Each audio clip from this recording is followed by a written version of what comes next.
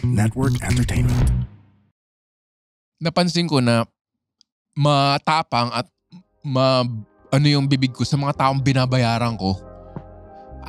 Tingin ko hindi lang ako eh. Tapos pag ako yung binabayaran, mabait ako. Di ba parang na-realize, na-experience nyo na ba yung may Grab driver, pinagsisigawan nyo? Ano ka ba? Hindi dyan yung pin. Bira naman, trabaho mo to. Ikaw yung drive, di ba? Hindi, ako lang. Hindi ako na yung kupal. Hindi kayo nang pupuntang heaven.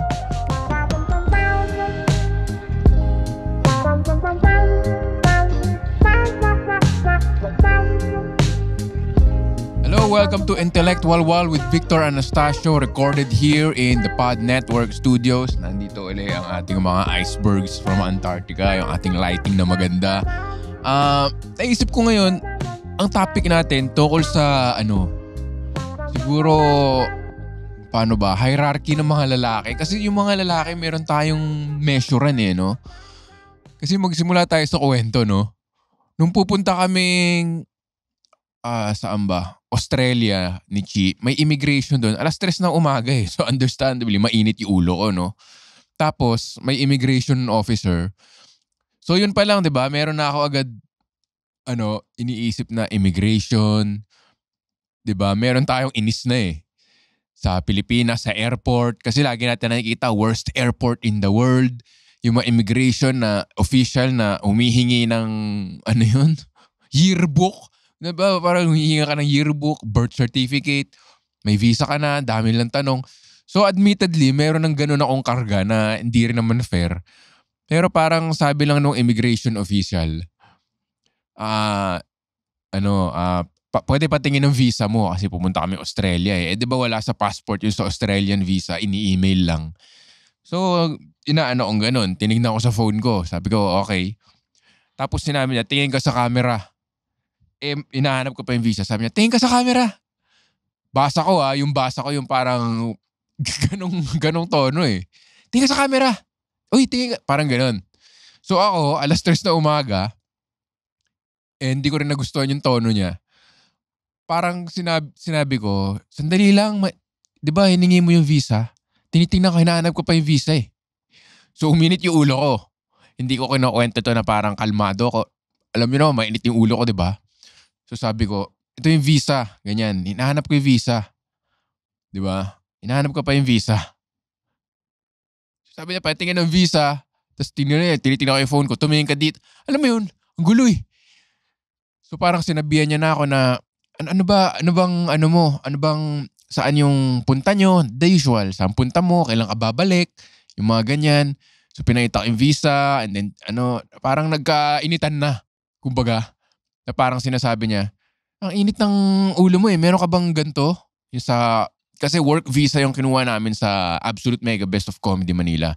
Siyempre si Red Oliero, pulido magtrabaho yan eh. Tsaka si Marco Silorio sa Australia. Legal yan. So meron kaming work visa sa Australia. Tapos parang, sandali lang itatanong ko kung ang basa ko hindi niya ako nakilala eh.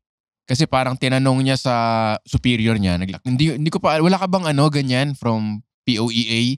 Diba? Yung parang pang OFWs. So pumunta siya dun sa niya, superior niya, tapos bumalik siya sa akin.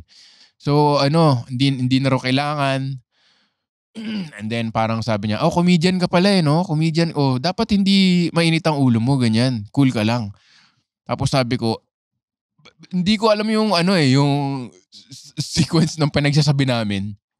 Pero yun nga, ang una sinabi, ang dami kasing nakapila, ganyan. Tapos sabi niya, hindi dapat mainit ang ulo mo. Komedyante ka pala. Tapos doon ko na sinabi, uminit ang ulo ko eh. Kasi hindi naman, parang before noon, sinabi ko na sa kanya na, hindi pwedeng ganyan ang tono mo.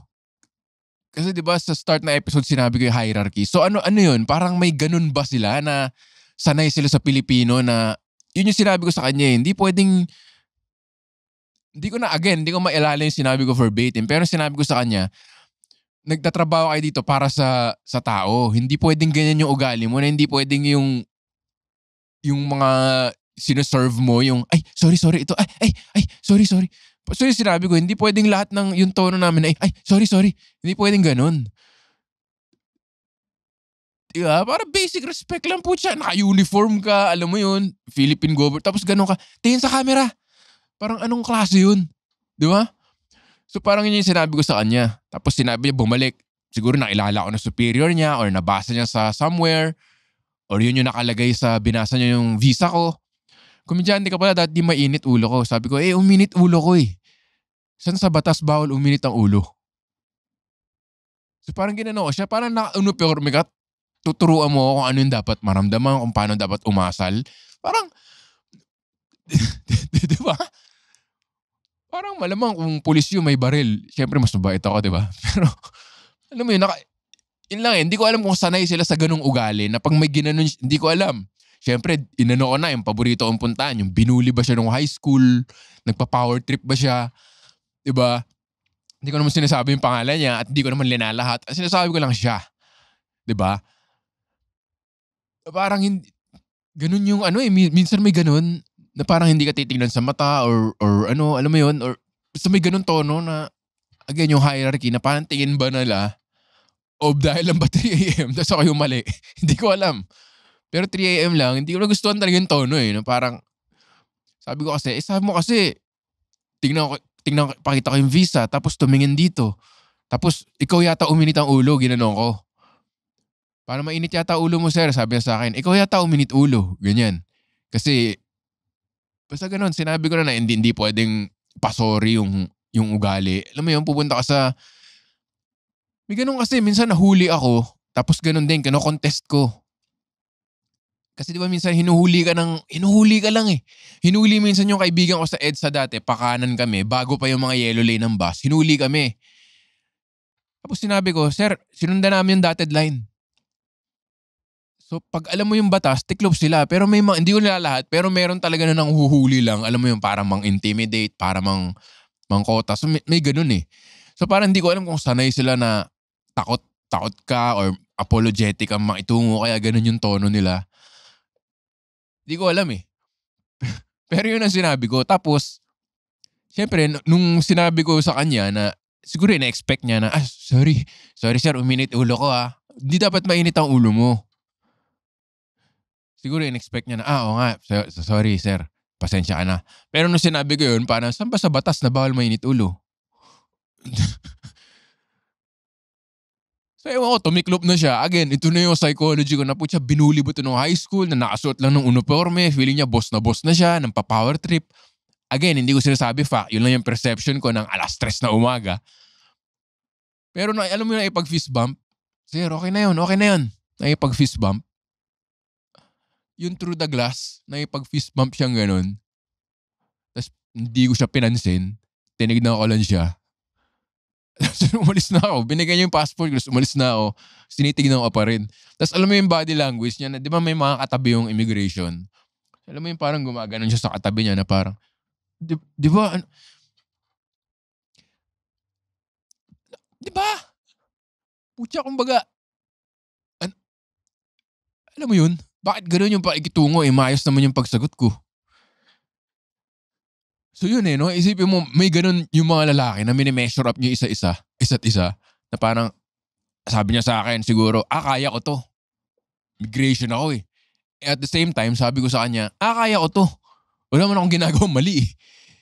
Alam mo yun, may ganun. Pero naisip ko, ganun ba ako talaga o parang natansya ko lang kasi yung itsura niya rin.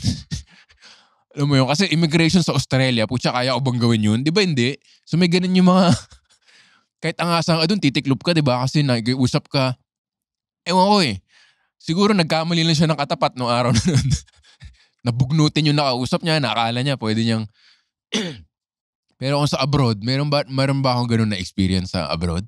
Siyempre kung pulis yan or ano abroad, baka paalisin ka or something eh, no? So mas tiklop ka. Yung point ko, parang tinatansya ko ngayon. Kasi may podcast ako dati sa Solo sa Bayan. Napansin ko na matapang at ano yung bibig ko sa mga taong binabayaran ko. Tingin ko hindi lang ako eh. Tapos pag ako yung binabayaran, mabait ako. Di ba parang na-realize, na-experience nyo na ba yung may Grab driver, pinagsisigawan nyo? Ano ka ba? Hindi dyan yung pin. Pambira naman, trabaho mo to, ikaw yung drive, di ba? Hindi, ako lang. Di ako na yung kupal. Di kayo nang pupuntang heaven. Di ba? Parang ang bilis eh. Or contractor, magpaparepair ako, parang Ano ba namang klaseng trabaho yan? 'Di ba ang dali? Pero nasasabi ko ba yun sa direktor ng pelikula? Sa producer ng show abroad? 'Di ba parang hindi, eh. So parang may pagka parang bago ka mag-keep it real, ime-measure mo muna yung 'di ba? Yung again, hindi ako babae, hindi ako ibang gender. Sinasabi ko lang, feeling ko nakaka-relate kayo na meron kayong ano, eh, kumbaga sa Born Identity, alam mo yung spy siya, yung nakaupo siya sa bar. Di ko alam kung nagka-amnesia yata si Jason Bourne nito, eh.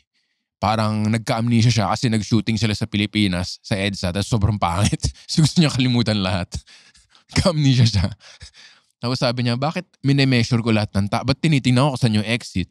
Ba't mine-measure ko yung katabi kong lalaki kung kaya ko bang upakan? O, 'di ba parang may ganun yung mga lalaki siguro dahil nga unggoy tayo. Alam mo yung primal tayo. Tapos sinusubukan kong tantyahin na maging fair but firm. Kasi nangyari na rin sa akin yung sinigawan ko talaga yung MMDA na parang tapos hawak niya yung cellphone niya tapos bumait ako ng sandali. Sabi ko, ano, nagfi-film ka ba, sir? Sabi niya, ay hindi. So sinigawan ko siya uli. Alam mo yun? Ano ba yung hierarchy? Kasi feeling ko, nasa kanila yung hierarchy na mas mataas sila. So ako yung underdog. Pero feeling nila siguro dahil nakakotse ka and ganun yung trabaho nila, feeling nila sila yung underdog din. So parang pareho kayong api fest. Pareho kayong underdog fest. Na parang, ba't mo ganyan kami pag-usap sa akin? Ako naman din, ba't ganyan ka makipag-usap sa akin? So parang, hindi mo alam eh kung ano yung hierarchy. Yung tricky, no, sa, I think, ito, hindi ko pa siya magawa na stand-up joke eh, kasi katotohanan pa lang siya. Feeling ko ang dali nating magalit sa mga traffic police at police kasi sila lang yung, again, cancelable to, no? Medyo controversial. Pero tayo-tayo lang naman to eh. Parang sila lang yung kaya tayong, na may kapangyarihan sa atin na mas maliit yung kinikita sa atin. Nagets nyo? Di ba bilang, hindi lahat makaka-relate, no? Kasi naisip ko lang yun. Pero, di ba, kunyari waiter, pwede mong, hindi ko sinasabi, napaka-tricky, no? Sa panahon ngayon. Pero, just being honest, alam mo yun? Kanino ka pa makaka-expect ng honesty kundi sa komedyante, di ba? Di ba? Para sa totoo lang, siyempre galing ang private school, ganyan-ganyan. Nagbukas sila ng mainit na hangin sa ulo mo, leadership, ganyan-ganyan. Tapos corporate, 'di ba, yung mga iba siguro, parang hindi lang ako, corporate ka, meron ang pangalan sa, alam mo yon, siniser ka ng mga, kahit hindi ka private school nagtrabaho. Sabihin natin may posisyon ka. Ah, assistant manager, alam mo yon, team lead, siniser ka sa office, naka-aircon ka, so feeling mo so parang pwede mong anuhin yung mga feeling mo, mas onti yung kita sa'yo, di ba? Kasi ganoon naman eh, di ba? Sabi nga sa libro, yung alpha male ngayon, hindi na natin kinakain yung each other or inuupakan each other physically, pero economically, may ganun pa rin. Diba? So just keeping it real, keeping it real, keeping it real. Diba? Aminin nyo. Kunyari may waiter na hindi maganda yung service, wala kang problema. Ano bang, di ba? Gagawin mo ba yun sa boss mo? Di ba? Gagawin mo ba yun sa networking ng trabaho nyo na nasa work office kayo, hindi mo alam kung sino yung kausap mo. Baka head siya ng ibang kumpanya, baka peer mo siya, so respectful ka sa work event. Pero pag may naka-uniform na waiter, ang dali mong sabihan. Bakit ganyan? Di ba? Kasi meron kang tingin na hierarchy mo. Sa hierarchy ng economics, kumbaga, di ba? Yun yung inaano ko eh na pwede nyo sabihin na hindi kayo ganyan, pero meron eh. Ewan ko, merong primal something. Di ba? Kaya nga ako naka-Omega Sea Master kahit gusto ko na ibenta. Meron talagang effect eh. Alam mo yun, may measure ka talaga ng mga tao. Sabihin na nating mababaw. Pero may mga nakakapansin na parang, okay. Oh, baka okay siya. Diba? Mali siya, pero ganun eh. Diba? And again, hindi naman dapat ganun, pero ganun eh. Dinidescribe ko lang naman kung ano yung totoo, diba? So ano yung point ko? Parang inaano ko nga na meron ako ngayong, nagtanong ako sa Facebook group, parang sino ba yung naglilik kasi yung isang sa bubong, mag-recommend kayo, ganyan. Tapos, dati kasi yung mga contractor na kinuha ko, okay on the beginning. Pero I guess sa edad natin meron na tayo may mga renovation, may mga leak, may mga tubero.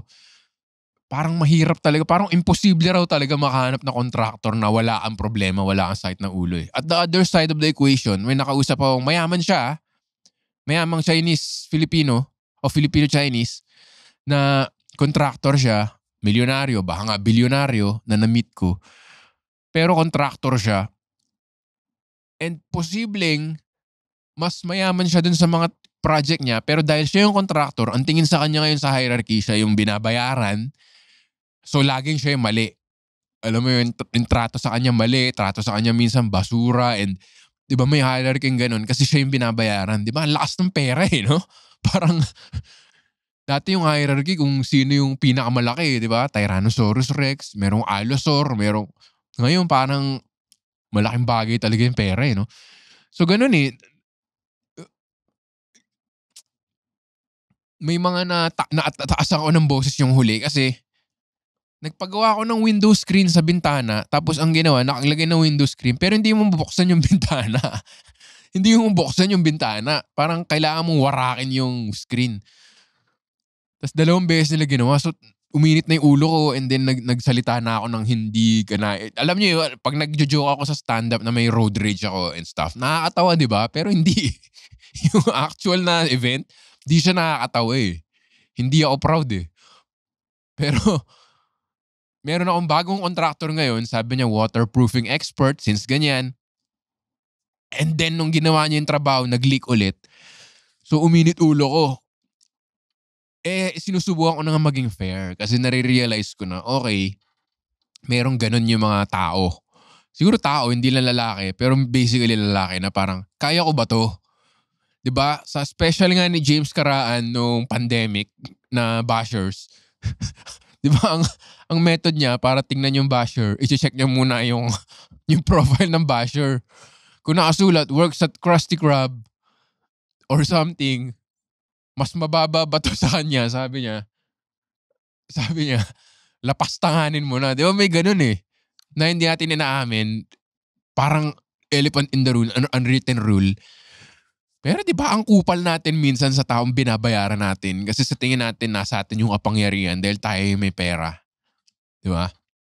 So sinusubukan kong, alam mo yun, 'pag sinasabi ko, naku nami-miss ko katulad ng solo episode ko na taekwondo.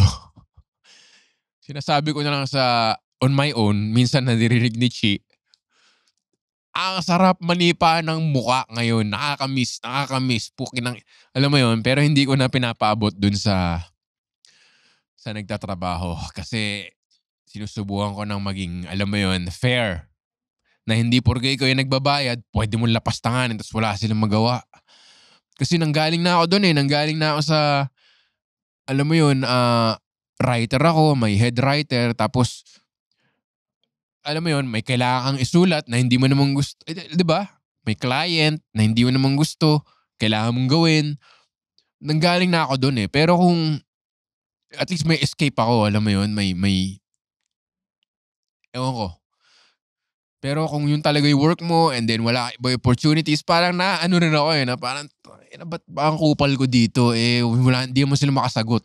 Hindi naman ako naipagsagutan sa kanila. Ewan ko sa immigration bahala siya. Pero kunyari yung mga contractor ganyan or grab driver or basta, gets nyo na, di ba? Bakit ang kupal lang sa kanila? Eh, kung empathy, kung maki-empathize ka, eh, di ba? Wala naman, hindi ka naman naiip dahil kaya mo ba sa suntukan? Kaya ka lang naman mayabang sa suntukan dahil pag tinalo ka, may kaibigan kang attorney, may, alam mo yun, may office, alam mo yun? Pero kung sa desert, pare, isipin mo to sa desert. Sa desert kayo, wala kayong pera, wala kayong cellphone reception, ay hamunin mo ba na suntukan yung taong yun? Parang hindi, malaki siya eh. Malaki sila eh, alam mo yun? Mas malaki sila sa akin eh. So may ganun nga, na yung angas natin nanggagaling sa feeling mo nasa yung pera, nasa yung power, or nasa yung, alam mo yun, may pangalan ka sa office, may kaibigan kang ganito. And yung worst para sa akin, daddy mo si ganyan, nanay mo si ganyan. Alam mo yun, naiinis ka pataas eh, no?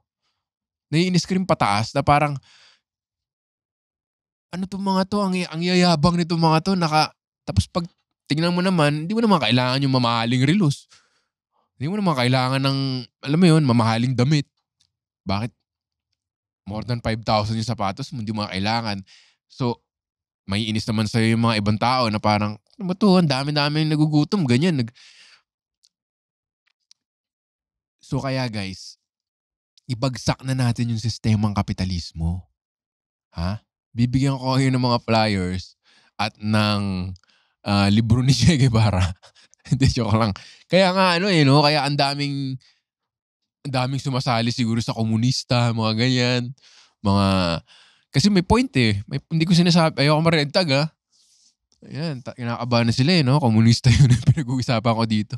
Pero malaking bagay talaga yung class warfare, eh, 'no, ika nga nung kanta, "Hindi pula't dilaw, tulay na magkalaban, hangga't may tatsulok at sila nasa tuktok." 'Di ba? Parang pinaglalaban lang nila yung mga tao, yung mga ibang politiko, 'di ba? Hindi ko nilalahat, pero parang si Lenny, 'di ba? Si Lenny hindi naman mayaman yun, eh, middle class. Nakakapunta siya abroad pero hindi siya wealthy, hindi siya mayaman. Alam mo yun, wala siyang generational wealth, wala siya, 'di ba? Pero yung mga taong sumali dun, naging elitista na parang, at least kami nasa Wolfgang Steakhouse, ganyan. And then naging, alam mo yun, naging class ano na. Tapos yung mga bumoto ng mga kay Bongbong, tahimik lang yung supporters nila ni Bongbong na hindi sila ganun, alam mo yun. Tapos si Bongbong, eto exaggeration lang, metaphor, pero parang 10,000 million times mas mayaman kay Lenny yung pamilya niya. Pero nag-a-identify yung mga masa sa kanya or yung mga middle class sa kanya na hindi siya mayaman, hindi siya elitista, pero sobrang mas mayaman. So parang may perception din na ang labo, no? Parang tatawagin mo elitista yung mga voters ni Lenny at yung supporters ni Lenny at si Lenny. Tapos iboboto mo, bilyonaryo, in dollars. Weird, no? Perception. Pero again, no, may ganung hierarchy ng, kaya gino-joke ko sa stand-up. Hindi ko sasabihin na, gino-joke ko lang 'to. Parang sasabihin ko bigla, kaya kami sa NPA. Tapos nagtataot yung mga tao. Pero may ano, eh, 'no, makikita mo yung lakas ng, 'di ba, pansinin mo, yun ang homework niyo this week. Pansinin mo, mabait ka sa taong binabayaran ka or may potential na bayaran ka, pero ang dali mo maging kupal sa taong binabayaran mo.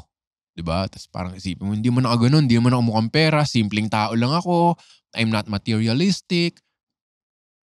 Pero yung psychology mo 'pag binabayaran mo, 'di ba? Ayaw niyo lang aminin, eh. Parang sabi nga ni Kanye West, "We all self-conscious, I'm just the first to admit it." Sabi ni Kanye West gano'n, 'no. Um, Yun, so sinusubukan ko, hindi ko pa nataasan ng boses or hindi ko pa naano yung latest na pinapaayos ko ng leak. Sabi ko lang sa kanya, um, 1 PM po kasi yung usapan, ano. So, balik na lang po kayo next time kasi late na po, ganyan. Kailangan ko pong umalis, ingat, gano'n lang. Pero galit na galit ako sa kanya.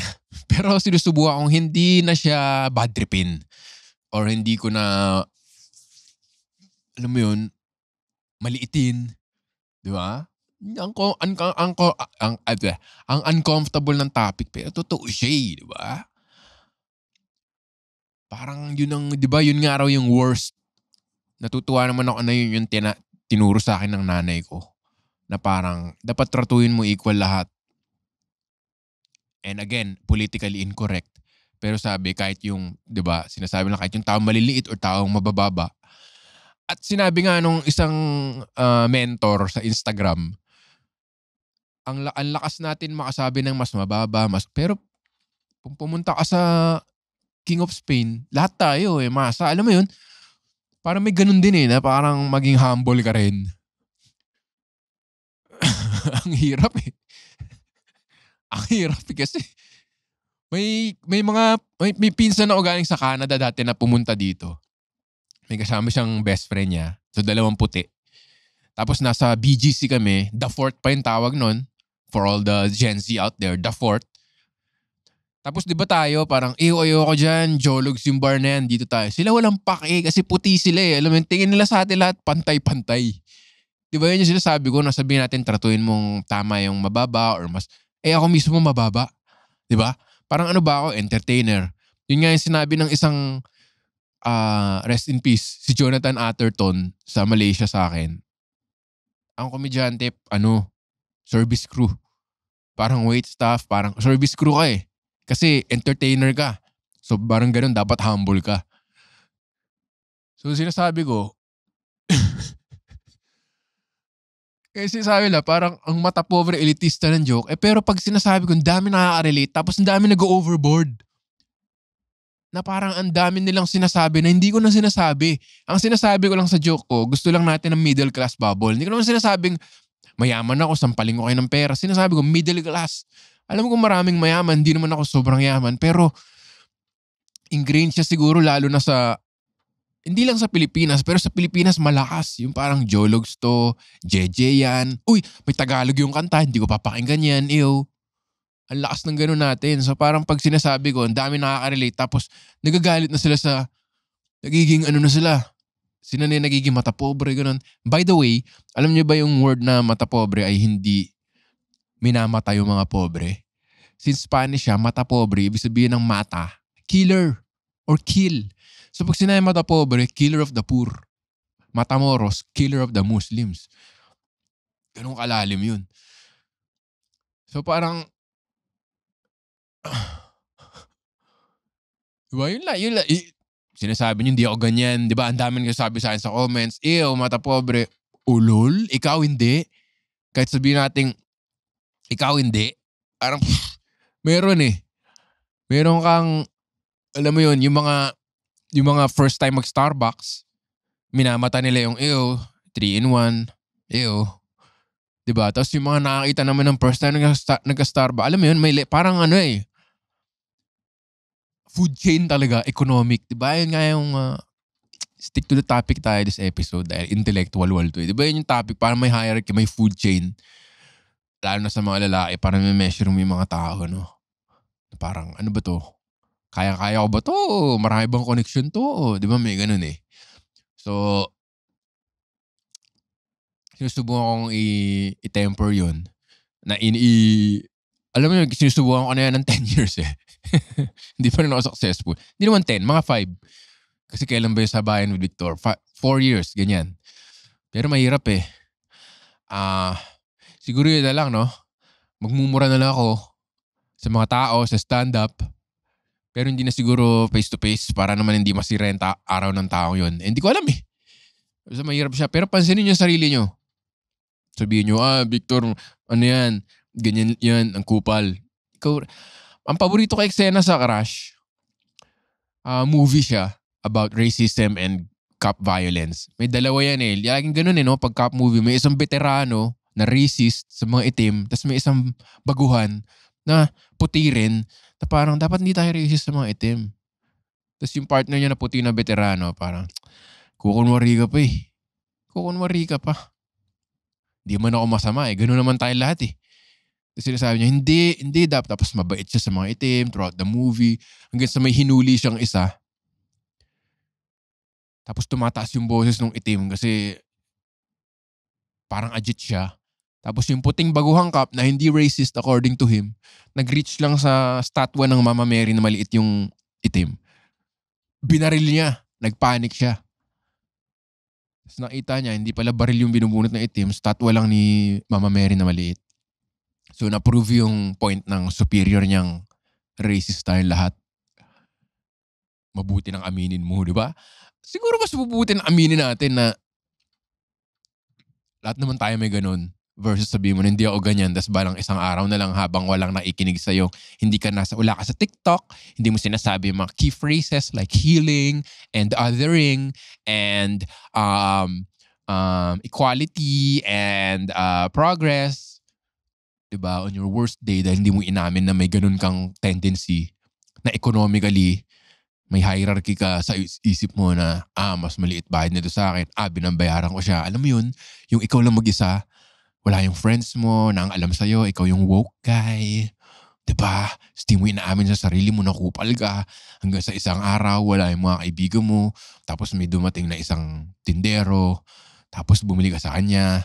Tapos wala siyang panukli. Tapos masama araw mo. Tapos sasabihin mo, "Squatter!"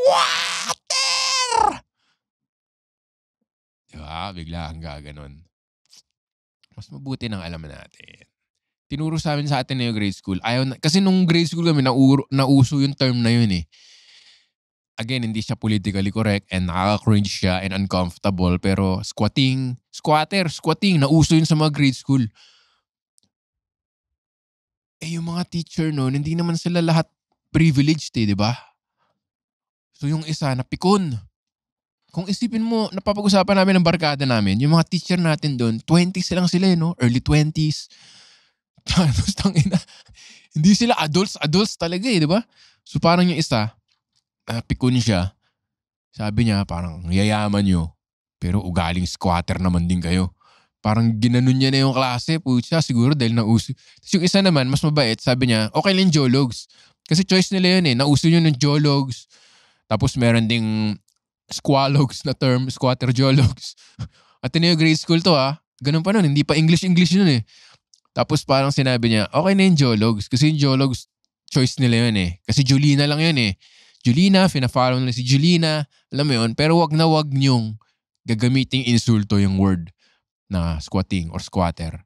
Kasi hindi nila choice yun. Diba? Yun yung totoong woke na teacher ko nun. Nakalimutan ko na kung sino siya. Pero yun lang sinabi niya. Huwag yung gagawing insulto yan. Kasi hindi naman nila choice yun eh. Tapos makikita mo ngayon yung mga TikTok. Yung mga motivational coach na kung mahirap ka, choice mo yan. Tapos parang, ay talaga, choice mo yan. Ba't ka nasa Pilipinas? Kung may choice ka dito, ba't diba? Nakakainis din eh. Tapos ang daming mga joke nun na parang patayin na lang lahat ng mahihirap. Alam mo yun? Para walang, ang daming ganun eh. Pero hindi mo na-realize na swerte ka lang. Alam mo yun? Meron ako naisip dati na kung tinatawag mo squatter yung ibang tao, di umalis ka sa bahay ng magulang mo. Ano pa kami nun eh, college or like after college. So karamihan ng mga tao nakatira pa sa bahay ng magulang niya. Yung pangalan mo ba nasa titulo ng bahay na to? Wala rin naman eh. Nagsasquat lang din tayo sa bahay ng parents natin eh. Pero lakas mo makasabi ng ganun dahil may privilege ka, di ba? Ang ano niyang topic eh, ang gold mine siya para sa stand-up pero ang hirap niyang tahakin kasi ang daming nakikringe sa audience. Tsaka ang daming, alam mo yun, politically incorrect siya. Ayaw namin ng ganyan, hindi kami ganyan. Parang reject agad nila, hindi kami ganyan. Pero hindi ba talaga? Alam mo yun? Pero subukan ko pang, alam mo, idig yung topic na yun. Ano? Magandang premise siya eh, na parang kupal ka lang sa, sa taong binabayaran mo. Pero pag binabayaran kang bait mo, ewan ko, try natin bukas sa open mic. Yun ang ating episode for today. Ang dami kong cancelable sound bites. Pero again, ako po isang stand-up comedian na nagiging honest lang naman. At ika nga joke lang. Joke lang. At hindi joke eh. Pero parang yun yung kailangan mong isipin para makaka-come up with the joke na intellectual wall. Alam mo yun. And pag may nagka-cancel sa akin, may naisip na akong defense eh. Alam mo yun, pinapractice ko yung mga yan eh. Baka nasa boxing yan eh. May Philly shell ka na eh. Block and punch. Art is made to disturb the comfortable and comfort the disturbed. So kung sabihin mo, hindi ka komportable sa sinasabi ko, baka masyado kang komportable sa buhay mo. Di ba? Yun ang mga anti-cancel reasoning ko eh. Maraming salamat. Kung gusto niyo may pag-usap sa akin sa Telegram at sa rest of the group at pag-usapan ng episode na to or pag-usapan ng kahit ano, meron tayong Intellectual Walls Telegram group. Ang link para sumali ay nasa description ng episode na ito. Maraming salamat sa pakikinig ng Intellectual Wall. Kung nagustuhan niyo ang episode na to at kung na-touch ang inner kupal nyo, please share this episode. Buti nang aware ka kaysa isang araw bigla ka lang mangbaril ng taong bumubunot lang pala ng estatwa ni Mama Mary. At least aware, di ba? Maraming salamat hanggang sa susunod na episode na Intellectual Wall. Maraming salamat sa The Pod Network for producing and having me record dito sa studio. Hanggang sa susunod, ang kailan ng next stand-up show ko, next year pa, hahanap pa ako ng theater. At ayun muna, supportahan natin ang Comedy Manila. Ang shows ay nasa comedymanila.ph/shows. Wala pa ako dyan. Meron kaming October 12 Absolute Mega Best of Comedy Manila. Pero dahil sa dami ng ipon ng episode ko, hindi ko alam kung ano araw lalabas to. Malamang tapos na yun. Or hindi pa. Bili kayong tickets ko, hindi pa. Pero support nyo ang Comedy Manila at lahat ng podcast namin. Maraming salamat. Hanggang sa susunod. Peace out.